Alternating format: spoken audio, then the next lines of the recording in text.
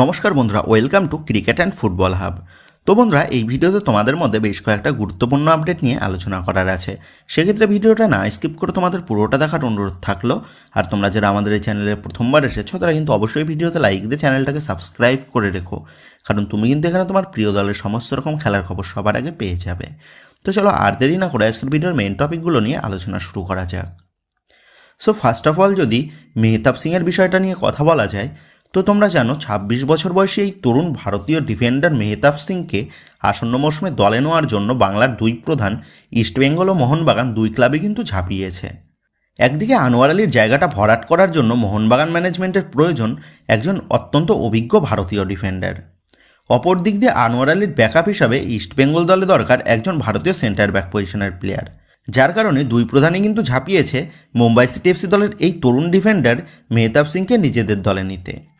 অপর দিক দিয়ে আবার মুম্বাই সিটি এফসির সাথে মেহতাব সিংয়ের এখনও এক মরশুমের চুক্তি বাকি থাকায় মুম্বাই সিটি এফসি ম্যানেজমেন্ট তারাও কিন্তু এই মেহতাব সিংয়ের ডিল থেকে ফায়দা তুলে নিতে চাইছে, যার ফলে এই মেহতাব সিংয়ের ট্রান্সফার ফিটা মুম্বাই সিটি এফসি তারা লাখের গণ্ডি থেকে পেরিয়ে কোটির গণ্ডিতে ধার্য করেছে।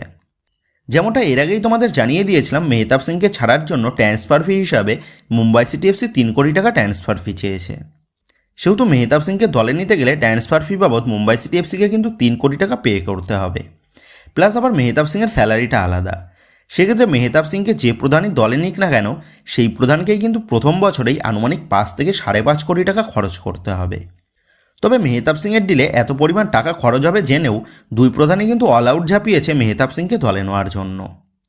তো বর্তমানে দাঁড়িয়ে মেহতাব সিংয়ের ডিলের বিষয়ে যে লেটেস্ট আপডেটটা উঠে এসেছে সেটা হচ্ছে, মেহতাব সিংকে দলে নেওয়ার জন্য মোহনবাগান ম্যানেজমেন্ট তারা মুম্বাই সিটি এফসিকে যে পরিমাণ ট্রান্সফার ফি অফার করেছে, এবার কিন্তু সেই একই টাকা ট্রান্সফার ফি মুম্বাই সিটি এফসিকেও গত দুদিন আগে অফার করেছে ইস্টবেঙ্গল ম্যানেজমেন্ট। সেক্ষেত্রে বল কিন্তু এখন মেহতাব সিংয়ের কোর্টে, কারণ মুম্বাই সিটি এফসিকে যদি দুই প্রধানই একই টাকা ট্রান্সফার ফি অফার করে থাকে, তাহলে কিন্তু মুম্বাই সিটি এফসির এখানে পার্টিকুলার কোনো দলের অফার অ্যাকসেপ্ট করার মতন কোনো প্রয়োজন আসছে না। সেহেতু মুম্বাই সিটি এফসি তারা কিন্তু মেহতাব সিংয়ের সাথে চুক্তি টার্মিনেট করে নেবে এবং মেহতাব সিং যে দলে মুভ করতে চাইবে সেই দলেই কিন্তু মেহতাব সিংকে এনওসি দিয়ে দেবে মুম্বাই সিটি এফসি ম্যানেজমেন্ট। সেহেতু এখন এই মেহতাব সিংয়ের ডিলে যে প্রধান মেহতাব সিংকে বেশি টাকা স্যালারি অফার করবে সেই দলেই কিন্তু মেহতাব সিং যোগ দেবে। তো তোমাদের এর আগেই জানিয়ে দিয়েছিলাম ৫ বছরের চুক্তিতে ইস্টবেঙ্গল ম্যানেজমেন্ট মেহতাব সিংকে ১৩ কোটি টাকা অফার করেছে। অপর দিক দিয়ে আবার মোহনবাগান ম্যানেজমেন্ট তারা মেহতাব সিংকে ৫ বছরের জন্য ১৮ কোটি টাকা অফার করেছে। তবে ইস্টবেঙ্গল ম্যানেজমেন্ট যে আবারও মেহতাব সিংয়ের ডিলের দর বাড়াতে পারে তেমনটাও কিন্তু তোমাদের জানিয়েছি। সেক্ষেত্রে এখন এটাই দেখার বিষয় হবে, মোহনবাগানের সমান ট্রান্সফার ফির পাশাপাশি ৫ বছরে ১৮ কোটি টাকার বেশি স্যালারি মেহতাব সিংকে অফার করে ইস্টবেঙ্গল ম্যানেজমেন্ট মোহনবাগানের মুখের গ্রাস কেড়ে নিতে পারে নাকি। তবে অ্যাজ অফ নাও যতটা আপডেট, মেহতাব সিংয়ের ডিলে কিন্তু ফ্রন্ট রেসে রয়েছে মোহনবাগান ম্যানেজমেন্ট। সেক্ষেত্রে আসন্ন সামার ট্রান্সফার উইন্ডো চালু হওয়ার পর এই মেহতাব সিংয়ের ডিল নিয়ে ট্রান্সফার মার্কেটে যে আরও বেশি খেলা জমে উঠতে চলেছে তা কিন্তু আর বলার অপেক্ষা রাখে না। সেও তখন এটাই দেখার বিষয় হবে এই মেহতাব সিংয়ের ডার্বিতে কোন প্রধান বাজিমাত করতে পারে। তো যে খবরের নেক্সট আপডেটটা বেরিয়ে আসছে পাঞ্জাব এফসি দলের তরুণ ডিফেন্ডার পরমবীরকে নিয়ে। তো তোমাদের বহুদিন আগেই জানিয়ে দিয়েছিলাম মোহনবাগান ম্যানেজমেন্ট তারা পাঞ্জাব এফসি দলের এই তরুণ ডিফেন্ডার পরমবীরকে দলে নেওয়ার জন্য ইন্টারেস্টেড। তবে প্রথম দিকে এই পরমবীরের বিষয়ে মোহনবাগান ম্যানেজমেন্ট প্রাথমিকভাবে ইনকোয়ারি করলেও মেহতাব সিংয়ের ডিলে মোহনবাগান ম্যানেজমেন্ট পুরোদমে ইনভলভড হয়ে যাওয়ার পর এই পরমবীরের ডিলের বিষয়ে কিন্তু আর তেমন একটা এগোতে দেখা যায়নি বাগান ম্যানেজমেন্টকে। তবে এবার বর্তমানে দাঁড়িয়ে যেমনটা লেটেস্ট আপডেট জানা গেছে, মোহনবাগান ম্যানেজমেন্ট তারা কিন্তু আবার ওই পরমবীরের ডিলে মুভ করা শুরু করেছে। তবে অভিষেকের মতনই পরমবীরের সাথেও পাঞ্জাব এফসির চুক্তি বাকি থাকায় পাঞ্জাব এফসি ম্যানেজমেন্ট তারাও কিন্তু পরমবীরকে ছাড়ার জন্য লাখ টাকার ট্রান্সফার ফি কোটিতে দাম হাঁকাচ্ছে। আর যেমনটা জানা গেছে, মোহনবাগান ম্যানেজমেন্ট তারা এই মেহতাব সিং পরমবীরের মতন তরুণ প্লেয়ারদের নিজের দলে নিতে চাইছে, কারণ এই সমস্ত তরুণ প্লেয়ারদের দলে নিয়ে মোহনবাগান ম্যানেজমেন্ট কিন্তু একটা লম্বা ভিশনের মধ্যে দিয়ে যেতে চাইছে। মানে মোহনবাগান ম্যানেজমেন্ট চাইছে এমন একটা দল গঠন করতে যাতে আসন্ন বেশ কয়েকটা ট্রান্সফার উইন্ডোতে দলে খুব বেশি প্লেয়ারের যাতে আর প্রয়োজন না লাগে। অর্থাৎ আসন্ন ৪ থেকে ৫ মরশুমের জন্য মোহনবাগান ম্যানেজমেন্ট নিজেদের কোর টিমটাকেই ধরে রাখার পরিকল্পনা নিয়ে এগোতে চাইছে আসন্ন ট্রান্সফার উইন্ডোতে, তেমনটাই আপডেট। সেক্ষেত্রে মোহনবাগান ম্যানেজমেন্ট যে নিজেদের দল গঠন নিয়ে বেশ সিরিয়াসভাবে কাজ করে চলেছে সেটা বলাই যায়। তো যাই হোক, এবার নেক্সট আপডেটটা বেরিয়ে আসছে ২৭ বছর বয়সী ভারতীয় রাইট ব্যাক পজিশনের প্লেয়ার ভ্যানলাল জুইডিকাকে নিয়ে, যে বর্তমানে খেলছে মোহামেডান স্পোর্টিং দলের হয়ে। ৮০ লাখ টাকা মার্কেট ভ্যালুর এই জুইডিকা সে রাইট ব্যাক পজিশনের পাশাপাশি লেফট ব্যাক ও সেন্টার ব্যাক উভয় পজিশনেই খেলতে অভ্যস্ত। মোহামেডান স্পোর্টিং দলের এই ভারতীয় নির্ভরযোগ্য ডিফেন্ডারের সাথে মোহামেডান স্পোর্টিংয়ের এখনও 1 বছরের চুক্তি বাকি থাকলেও এই জুইডেগাকে পেতে কিন্তু ইতিমধ্যেই আইএসএলের বেশ কিছু ক্লাব তারা আসরে নেমে পড়েছে, যাদের মধ্যে রয়েছে Chennaiyin FC, Kerala blaster FC, Odisha FC এবং ইস্টবেঙ্গল।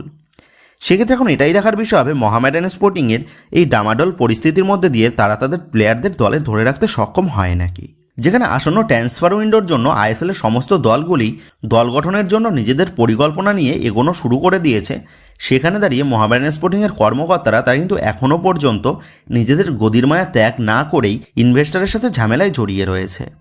মানে মোহামেডান স্পোর্টিংয়ের কর্মকর্তারা চাইছে দল গঠন হোক বা না হোক নিজেদের গদিটাকে কিন্তু কোনো মতেই ছাড়া যাবে না।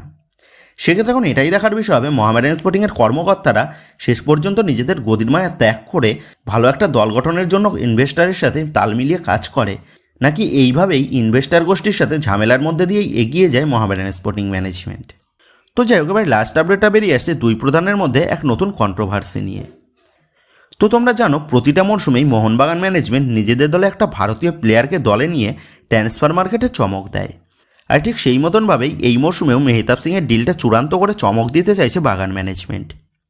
তবে হঠাৎ করেই ইস্টবেঙ্গল ম্যানেজমেন্ট তারাও কিন্তু এই মেহতাব সিংয়ের ডিলে প্রবলভাবে ইন্টারেস্ট দেখায় এবং মেহতাব সিংকে দলে নেওয়ার জন্য ইস্টবেঙ্গল ম্যানেজমেন্ট তারাও কিন্তু ট্রান্সফার মার্কেটে অল আউট ঝাঁপায়।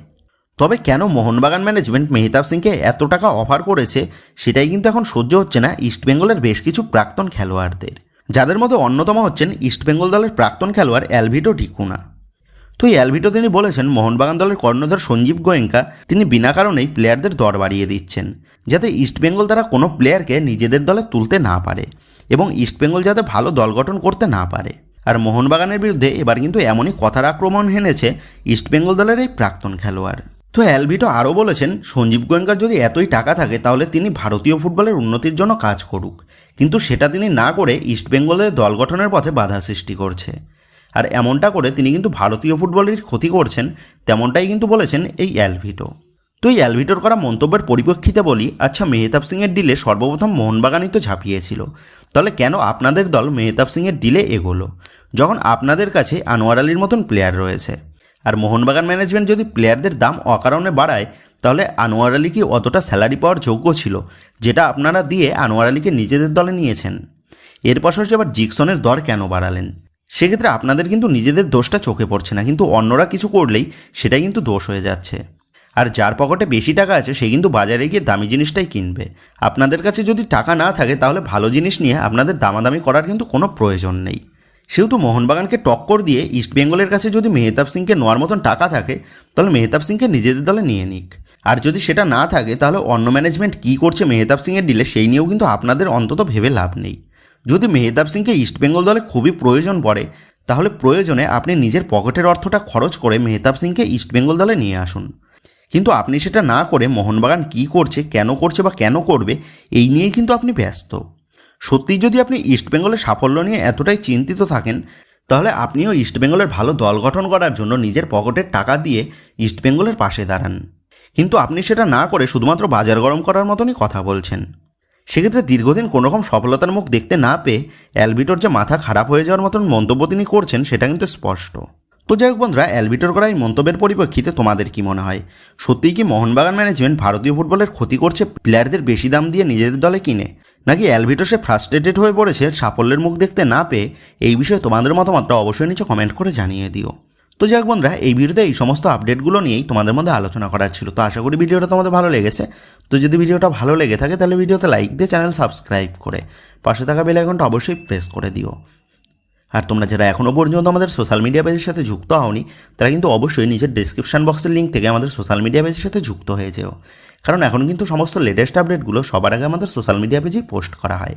আর তোমরা এখন ফেসবুক এবং ইনস্টাগ্রামে গিয়ে তোমরা আমাদের এই চ্যানেল নাম লিখে সার্চ করলেও তোমরা কিন্তু আমাদের ফেসবুক এবং ইনস্টাগ্রাম পেজটাও খুঁজে পেয়ে যাবে। সেক্ষেত্রে তোমার প্রিয় দলের সমস্ত রকম লেটেস্ট আপডেট সবার আগে জানার জন্য এবং আমার সাথে সরাসরি যে কোনো বিষয়ে কথা বলার জন্য তোমরা কিন্তু অবশ্যই মনে করো আমাদের সোশ্যাল মিডিয়া পেজের সাথে যুক্ত হয়ে যেও। তো বন্ধুরা, এই ভিডিওটা এটুকুই ছিল। তো আসি বন্ধুরা, দেখা হচ্ছে পরের ভিডিওতে।